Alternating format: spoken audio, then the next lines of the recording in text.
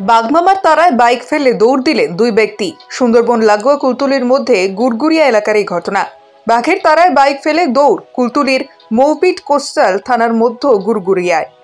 স্থানীয় দুই ব্যক্তি বাইক নিয়ে বিকাশের মোড় থেকে বাড়ির উদ্দেশ্যে রওনা দেওয়ার সময় বাঘ তাদের উপর ঝাঁপিয়ে পড়ে। অল্পের জন্য প্রাণে রক্ষা পেল তারা। খবর পেয়ে ঘটনাস্থলে কুলতলির ফরেস্ট অফিসের একাধিক আধিকারিকেরা হাজির হন। স্থানীয় জিএফএমসি সদস্যরা রাতে মশাল জ্বালিয়ে রাত পাহারায় দেখা গেল স্থানীয় মধ্য গুড়গুড়িয়ার বাসিন্দারা। আতঙ্ক কাটছে না স্থানীয় গৃহবধূ দোলন দাস ও অনিতা দাসের। তারা বলেন, মাটির ঘর, ঘরের পাশে জঙ্গল এবং বাঘের আতঙ্ক, ঈশ্বর সহায় বেঁচে আছি। ছবি করে লাভ আছে? বাঘ চলে গেছে, বাঘ চলে গেছে, বাঘ চলে গেছে।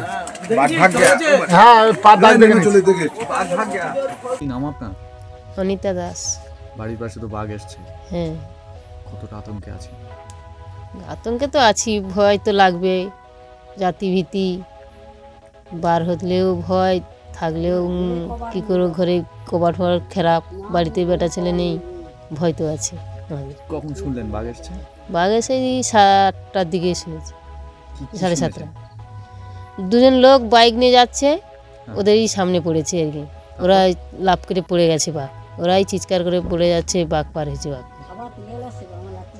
জঙ্গলে লৌকো আছে, লৌকোর কাছ থেকে গেছে, নদীতে হচ্ছে কার পা ছাপ সব দেখলো, কিন্তু বাঘটা দেখতে পায়নি, কোথায় ঢুকে গেছে। লোকজন এসছে? হ্যাঁ।